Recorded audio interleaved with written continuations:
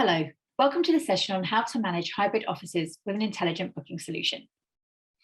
We're going to be covering why booking solutions are vital to the success of hybrid working models, how booking data forms a central part of understanding and managing the workplace, and how our intelligent booking solution with integrated sensor technology and analytics enables teams to overcome the historic challenges that were typically posed by traditional tools. Most organisations have expectations of employees having flexibility to be in the office on some days and at home or in other locations on others. It's also fair to say that employees coming to the office will be coming for a purpose. It's to collaborate with their colleagues or to have a meeting. At certain points, they will almost certainly want some desk space while they're there.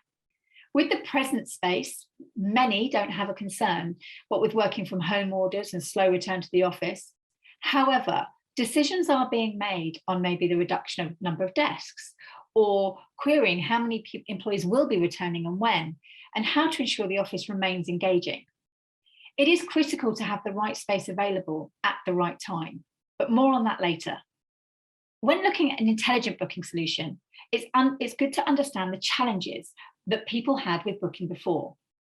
Many are familiar with the overbooking of meeting rooms, and quite often that you couldn't find a space to book into a room or have an impromptu meeting. And yet when you went to those areas, they were often empty. So how can you mitigate that? If you think about moving that forward, the frustration is going to be compounded if you're looking at desk space, especially if you've reduced some of the desk space capacity that you have in your office. If people cannot book a space, they won't come to the office. What is the impact of their colleagues saying there was loads of space actually, they were just booked out, and the impact that would have? If it's easier for somebody to work from home, they probably will. Let's start by understanding how our solution is different, but let's go with how the data is fundamentally collected. If I look on here, you can see the circles represent desks and the squares represent meeting rooms. You can see on the meeting rooms, the squares, you can see there's a number in there. That's telling the capacity of those meeting rooms. If it's red, you can see that it's either booked or it's occupied at this time. If it's green, it's available. You'll also see on here yellow, which would be used in some cases, but not everybody would choose to have this available to them, to show recently used. By that, you'd use that in touchdown spaces or collaboration areas, just so that you know that it's currently been in use. By that, I mean, I may come in and put my laptop there or my coffee and then disappear for 10 minutes away from my desk. The desk isn't available because technically it's in use. It's just I'm not there at this present time. So it's holding my space for when I'm coming back. And this can be aligned behind your best practices for if you're having a clear desk policy. Let's look at how we book a space, and let's look at this from a user's perspective. On the left here, I can select the date. On here, you'll notice that when we pull this down, that it's actually for 2 weeks. That's a choice, and it is by office environment, but you wouldn't want them being able to book out too far. You'd want that limitation from a desk perspective in order to keep that available and flexible. You can book all day, or you can also book by time. You'll notice on the left there's suggestions and also stars on some of the desks. This is on my booking preference. It's based on my personal previous bookings and provides some suggestions for me based on my behaviours. It would also be likely that I would want to filter by desk or by space type. Certain space relevant for my job title is probably more likely, and therefore it would be restricted to where I can and can't book, which would be the case, for example, if I was under a team or neighbourhood. Again, you will see the suggestions that are coming up here, enabling me to be able to book my suggestions based on my previous booking behaviour. I can amend any details from there as well. As you can see on here, I'm looking to change the time. The green line underneath indicates that the space is available for me to book it. When I press book, you'll see that will turn red. Enables me the flexibility to amend or cancel any of my bookings. You'll notice that it popped up saying successfully booked. That triggers two things. One, an email to me that gives me the information of the seat that I have booked. From that email, I can edit or I can cancel the booking. You can also go into the My Bookings tab on the application, and you can actually have a look at all the different bookings that you have made and cancel and edit or rebook from there. So I've booked my seat and I'm on my way. If I know I'm going to arrive on time, on the time that I've booked it, I just simply turn up. By sitting at the seat, the sensor triggers that I'm there and I'm automatically checked in. I don't need to do anything at all to say that I'm at that desk. It is done for me. But what if my plans change, or what if my travel is an inconvenient journey and I'm running late? I get an email sent to me beforehand So if I'd booked an all day, the afternoon of the day before, I would have a reminder of my booking. If it's on the day, I would get a timely reminder beforehand to let me know that my booking is there. If I know I'm going to be late, I can go to that email and I can confirm my booking. What that means is it will hold my seat. So although I may be running late, it'll hold my booking for me. However, if I'm just turning up, I just turn up on time and my seat is there. No action is required. But we're busy and schedules change, and sometimes last minute. What if I did get the reminder, but I forgot to cancel and I didn't respond to any of the reminders and I didn't actually get to arrive on time?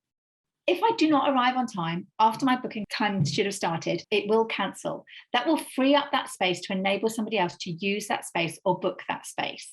However, it may have just been that I missed it and I am running considerably late. I will get a cancellation notification. It's telling me that I've missed my booking and I didn't arrive. I can easily go back in and rebook. If I rebook, if the seat is still available, I can rebook the same space.